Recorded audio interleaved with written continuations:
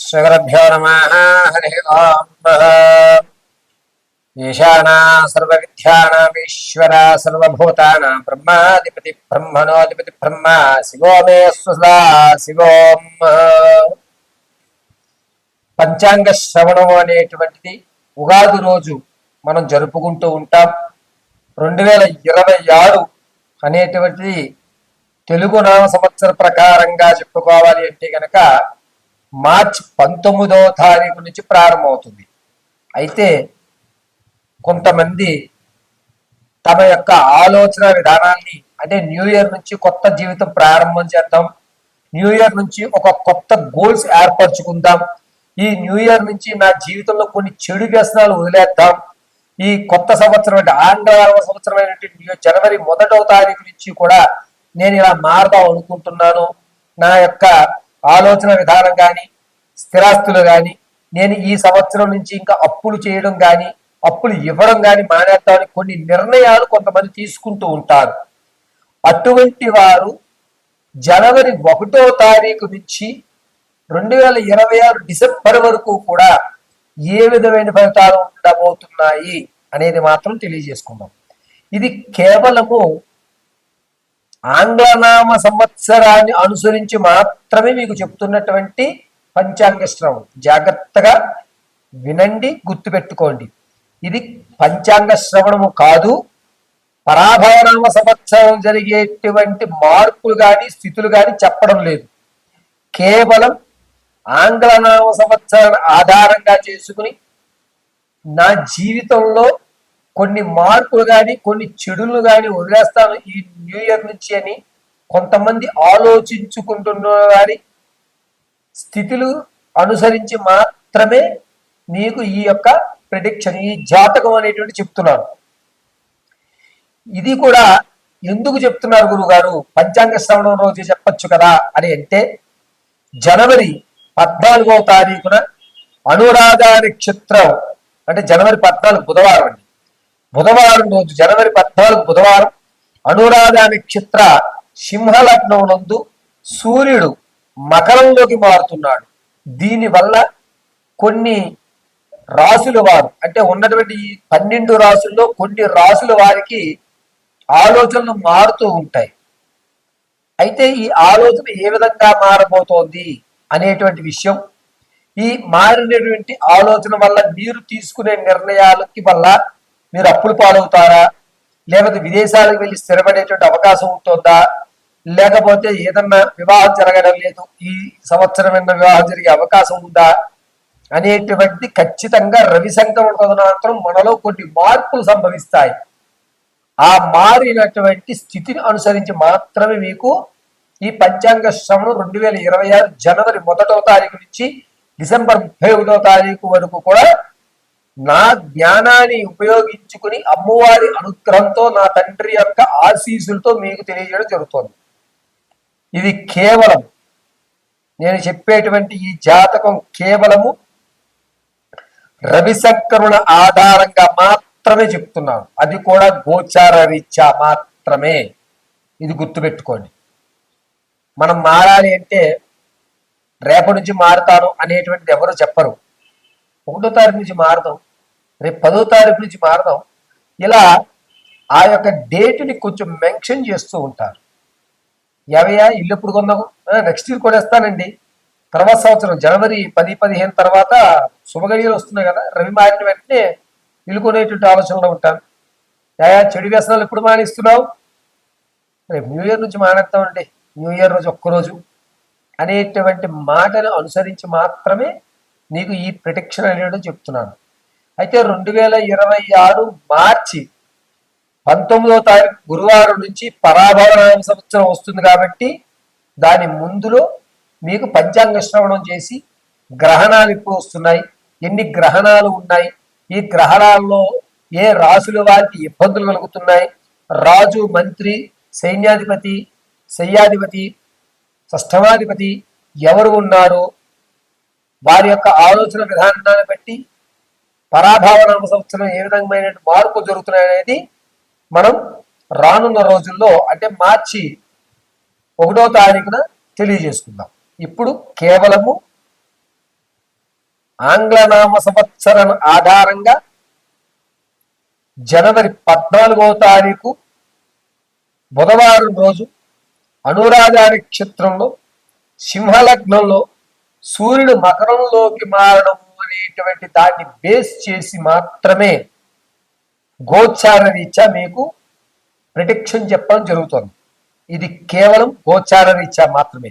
మీ వ్యక్తిగతమైనటువంటి విషయాన్ని తెలుసుకోవడానికి కింద స్క్రోల్ అవుతున్న నెంబర్ సంప్రదించండి. ఇలా సంప్రదించి date of birth, time, place of birth మాకు వాట్సాప్ చేయడం, దాన్ని అనుసరించి మీ పూర్తి జాతకాన్ని వివరించడం జరుగుతుంది. డేట్ ఆఫ్ బర్త్ తెలియకపోతే మీ యొక్క ఫోటో ఆధారంగా మేము అడిగేటువంటి 3 ప్రశ్నలకు మీరు చెప్పేటువంటి సమాధానాల ఆధారంగా మీ పూర్తి జాతకాన్ని, అసలు భవిష్యత్తు ఉంటుందా, భవిష్యత్తులో నాకంటూ కొన్ని పేజీలను నేను లిఖించగలుగుతానా, అనుకున్నటువంటి అమ్మాయిని వివాహం చేసుకోగలుగుతానా, ఆర్థికంగా నిలబడగలుగుతానా, ఆరోగ్య సమస్యల నుంచి బయటపడగలుగుతానా, ఏ విధమైనటువంటి దేవతారాధన, ఏ విధమైనటువంటి దానాలు, ఏ విధమైనటువంటి పుణ్యక్షేత్రాలు నేను ధరిస్తే నాకు లాభదాయకంగా ఉంటుంది, అందరికంటే నాకు ఒక గుర్తింపు సమాజంలో ఎప్పుడు కలుగుతుంది అనేటువంటివి పూర్తిగా మీకు వివరించి చెప్పడం జరుగుతుంది.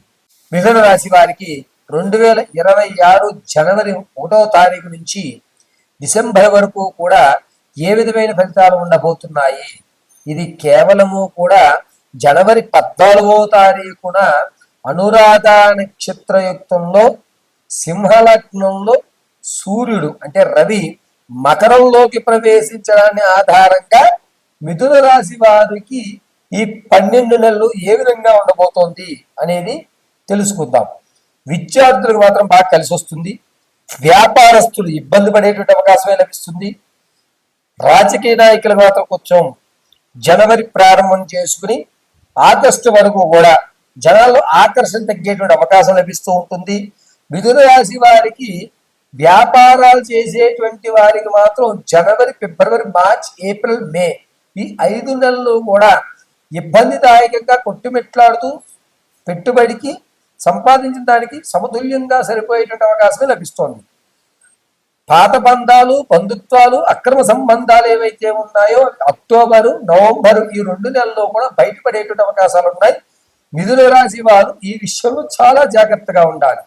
లేనిపోనివి మిమ్మల్ని నమ్మించి ప్రలోభపెట్టి మీ యొక్క రహస్యాలను బయటపెట్టి మిమ్మల్ని ఇబ్బంది పెట్టేటువంటి వారు వారందరికీ కూడా మీరు అవకాశం ఇచ్చేసినట్టే. పైగా ఈ మిథున రాశి వారికి నవంబర్ 7వ తారీఖు నుంచి డిసెంబర్ 12వ తారీఖు వరకు కూడా అద్భుతంగా కలిసి వచ్చేటువంటి అవకాశం లభిస్తోంది. గోల్డెన్ ఛాన్స్ అనేటువంటిది మిథున రాశి వారికి అప్పుడే సంభవిస్తోంది. స్లీపింగ్ పార్ట్నర్ అవ్వనండి, వ్యాపారం అవ్వనండి, విదేశాలకు వెళ్ళేటువంటి అవకాశం కానీ ఏదన్నా సరే మిథున రాశి వారికి ఈ టైం ఆఫ్ పీరియడ్ లో మాత్రమే కలిసి వచ్చేటువంటి అవకాశం లభిస్తుంది. ఇక మిథున రాశి వారు అక్టోబర్ నెల, సెప్టెంబర్ ఈ 2 నెలల్లో కూడా కొంచెం జాగ్రత్తగా ఉండాలి. ప్రమాదాలు జరిగేటువంటి అవకాశం లభిస్తోంది. ముఖ్యంగా నీటికి సంబంధించినటువంటి ప్రమాదాలు అంటే బోట్ షికార్కి వెళ్ళడం అని కానీ, లేకపోతే ఉన్నట్టుండి చెరువుల దగ్గర సెల్ఫీలు తీసుకోవడం, పడిపోవడం కానీ ఇటువంటివి జరిగి చివరి వరకు కూడా ప్రాణాలతో పోరాడేటువంటి అవకాశం ఈ మిథున రాశి వారికి నేను చెప్పిన ఈ 2 నెలల్లోనే జరుగుతుంది. ఇక మిథున రాశి వారికి ఆరోగ్యపరమైనటువంటి సమస్యలు అనేటువంటి ఆగస్టు 8వ తారీఖు నుంచి ప్రారంభమయ్యి అక్టోబర్ 10వ తారీఖు మధ్యలో ఆరోగ్యమైనటువంటి సమస్యలు అనేవి అధికమవుతున్నాయి. కాబట్టి కొంచెం జాగ్రత్తగా ఉండడం చాలా మంచిది. మిథున రాశి వారు శత్రువులు ఎవరైతే ఉన్నారో వారిని మీరు తిప్పికొట్టడానికి ఏ ప్రయోగమైనా కానీ అది తిప్పికొట్టాలి అంటే కనుక అది కేవలము ఫిబ్రవరి 8వ తారీఖు నుంచి మార్చి 19వ తారీఖు అంటే తెలుగు నూతన సంవత్సరం ప్రారంభమయ్యే ముందు వరకు మాత్రమే శత్రువులు తిప్పుకొట్టేటువంటి అవకాశం లభిస్తోంది తప్ప పరాభావనామ సంవత్సరంలో ఎట్టి పరిస్థితుల్లో శత్రువుని మనం ఏం చేయలేం. శత్రువు మన మీద విజయాలు సాధించడం అనేటువంటిది మిథున రాశి వారికి ఈ సంవత్సరంలో జరుగుతూ ఉంటుంది. పైగా మిథున రాశి వారికి June, July, August, September, November, December ఈ 6 నెలల్లోనూ చర్మ సంబంధమైన వ్యాధులు రావడం, చర్మం మీద అనేకమైన పొక్కులు రావడం, ఇది ఎందుకు ఇలా జరుగుతోంది అనేటువంటి తెలుసుకోకుండా కొన్ని ఇబ్బందులు కలిగేటువంటి అవకాశం వస్తుంది. ఈ 6 నెలలు శరీరం మీద మీరు ఏకాగ్రత చూపించి వైద్యుడి పర్యవేక్షణలో ఉండడం వల్ల కొంచెం మనశ్శాంతి అనేటువంటిది ఇతరులకి మీ వల్ల కలుగుతుంది. మన యొక్క శరీరాన్ని చూసి జుగుప్సమైనటువంటి వ్యవస్థకి రావడం, అలా ఉంది ఏంటి మొహం అనేటువంటి భావన రావడం జరుగుతుంది. కాబట్టి ఈ 6 నెలలు కూడా చాలా జాగ్రత్తగా ఉండండి. ఈ మిథున రాశి వారు జనవరి 15వ తారీఖు నుంచి కూడా లక్ష్మీ నరసింహస్వామి ఆరాధన చేయడం చాలా మంచిది. డిసెంబర్ వరకు కూడా కుదిరితే నృసింహ మహామంత్రాన్ని నిత్యము పఠించుకోండి. ఉగ్రం వీరం మహావిష్ణుం జ్వలంతం సర్వదాముఖం నృసింహం వేషణం భద్రం మృత్యుర్నమామ్యహం. ఇది పఠించుకోవడం అత్యంత శ్రేయస్కరమైన విషయం.